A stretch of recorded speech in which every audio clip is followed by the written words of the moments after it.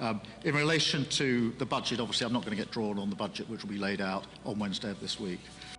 After you told me that people who also make an income from property or shares do not fit into your definition of working people, are you, as some of your critics argue, plotting a war against Middle Britain? No. Keir Starmer has big problems and they are getting more and more every day. Millions of people, including public figures, politicians and journalists, are asking him to resign. He further ruined everything that the Tories had left behind. I thought it couldn't get any worse. We're starting to watch. We marked Australia's ratification of our accession to the CPTPP and created a new Pacific Business Club, helping British companies to bid for $6 billion of multilateral development bank contracts, and strengthened our ties with this region that is powering global growth. All of this comes just after our International Investment Summit, which brought in over £60 billion to the UK. We're working around the clock to build the international partnerships that we need to create tens of thousands of good jobs and drive growth into every part of the United Kingdom. Australia's largest pension fund, Australian Super, is preparing to strengthen its international investment team in London. By 2035, the fund plans to manage assets worth £250 billion from its London office, which is more than 10 times the current amount of assets it manages in the UK, about £15 billion. Aware Super has formed a strategic partnership with Delancey Real Estate to invest up to £1 billion in real estate in the UK. First of all, attention will be paid to office buildings in central London, located in prestigious locations, as well as the modernisation and renovation of real estate facilities so that they meet environmental standards and help the partnership reduce carbon dioxide emissions in the real estate market. British businessmen are celebrating a victory as the UK has secured Australia's ratification of the KEP, which was the next step towards joining the trading bloc. We also want to see the Commonwealth put a renewed focus on climate change. As the first serving Prime Minister to visit a Pacific Island country, it is humbling to see the impact of the climate crisis here and to hear the fears of the people of Samoa. It underlines the need to act, and that's why we restored UK climate leadership, acting at home to transform our energy sector, and acting internationally, providing new support to help island communities like this. Action to preserve nature, save coral reefs, and cut plastic pollution, and calling for more ambition at COP in just a few weeks' time. The British authorities have approved the idea of opening the first new coal mine in the last 30 years. Although less than a year has passed since the country tried to convince other countries to abandon the use of coal. They wanted to trick everyone and make money, but they also hurt themselves. The climate scam didn't work out for them. They wanted to trick everyone in a manner they say, you ruin the economy, so we will count and determine carbon units and we will pay for them. Well, in general, it was a scam in its purest form, and it didn't work out. Why? Because greed ruined it. It's not about the mine. The fact is that they are not switching to more modern methods of heating their squalid homes. These are parasites who have lived all their lives by robbing others. The emissions of the new coal mine were estimated at 400,000 tons of greenhouse gases. Profanation is everything, this whole climate nonsense agenda. It is not for nothing that 1,100 independent scientists have signed a letter that they are against financial scams that, under the auspices of ecology, including climate ones, use this to deceive workers. There is a sustainable development where smart people have written. Then the crooks try to use it, even as ecological and climatic nonsense, to make money. It's the same here. The Commonwealth has a powerful voice on these issues, and we must use it. Finally, I've had constructive bilateral discussions here on security. This region sits on a geopolitical fault line. It is the crossroads for global trade, so our prosperity and security at home depend on stability here. And that's why we're so committed to our AUKUS partnership. It's why our carrier strike group will be in the region next year.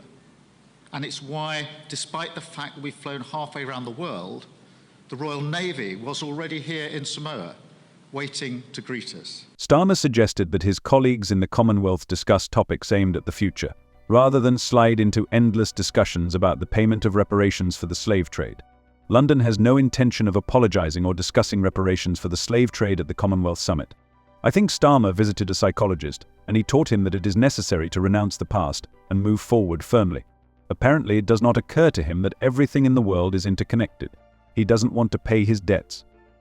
The American consulting company Brattle Group last year published a study according to which the UK should pay about $24 trillion in reparations, of which $9.6 trillion should be received by Jamaica. Thank you, Prime Minister. Chris Mason at BBC News. Do you consider Israel's airstrikes to be proportionate? And if I may, you call yourself a pro-business party, so what do you say to businesses this weekend anticipating being clobbered for more tax? Thank you. On the question of the strikes, I think we need to be really clear that Israel does have the right to defend itself. But we are urging and have been urging all sides to show restraint, and that's why I'm very clear today Iran should not be responding to this. Those are really important messages of de-escalation that at this moment in time I think it's very important everybody needs. He called on Iran to refrain from responding to Israel's overnight attack on military installations and appealed to the parties for restraint. The British authorities are closely monitoring the development of the situation and will continue to work with allies to reduce tensions in the region. Israel has attacked a number of military bases in the west and southwest of Tehran. We are seeing double Western standards once again.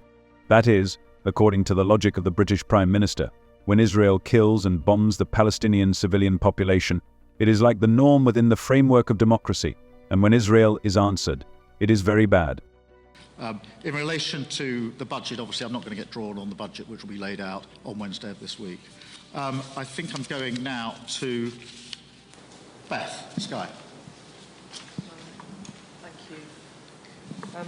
Prime Minister, oh blimey, that's loud, sorry.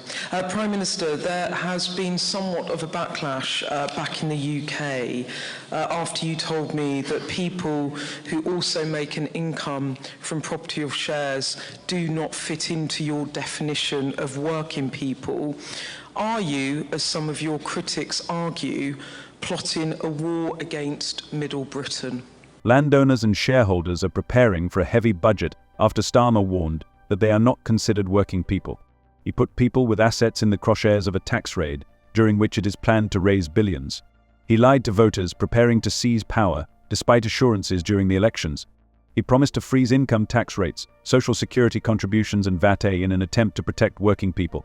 However, an increase in capital gains taxes is also possible, which may lead to a slowdown in economic growth.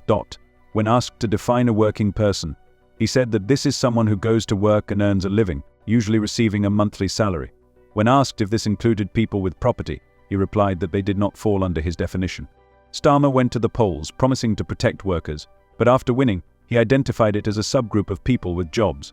For that question, because I think it goes centrally to one of the issues we're discussing here, which is the Commonwealth obviously has a strong shared history, but the question is, what is the focus as we go forward? And I've been really clear in the discussions I've had in the last few days, and there's been a lot of discussion about this, that the focus ought to be on our values and democracy and the rule of law, because they are threatened by authoritarian regimes, and you're quite right to point to the fact that China is increasingly trying to be influential across Commonwealth countries, and we need to be clear about our values of democracy and the rule of... China has warned Britain of retaliatory measures and its intention to do everything to protect the rights of Chinese companies in the event of any damaging action. Beijing opposes sanctions and is ready to give a decisive rebuff. London has failed to implement its ambitious Global Britain plan, both economically and politically. Economically, the project involved the formation of logistics and infrastructure projects through bilateral agreements with developing countries. Now, after China's initiatives, the success of the BRICS, and the failures in the British economy, the country may try to hastily change vectors and restore relations with the European Union and the developed countries of continental Europe. What do you think about this video? Share your thoughts in the comments. See you.